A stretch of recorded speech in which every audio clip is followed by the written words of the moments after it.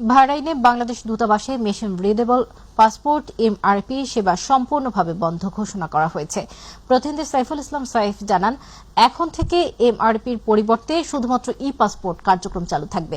দূতাবাসের verified Facebook পেজে প্রকাশিত এক বিশেষ বিজ্ঞপ্তিতে তথ্য জানানো হয়। বিজ্ঞপ্তিতে বলা হয়েছে, প্রবাসী বাংলাদেশিদের এখন থেকে বাধ্যতামূলকভাবে ই পাসপোর্টের জন্য আবেদন করতে হবে। পোস্ট অফিস বা অন্য কোনো মাধ্যমে এমআরপি আবেদনের আর সুযোগ থাকছে না। সরকারের সিদ্ধান্ত অনুযায়ী সব প্রবাসীকেই ধীরে ধীরে ই পাসপোর্টের আওতায় আনা হচ্ছে। বর্তমানে বাহরাইনে প্রায় 1,30,000 প্রবাসী বাংলাদেশি বসবাস করছেন।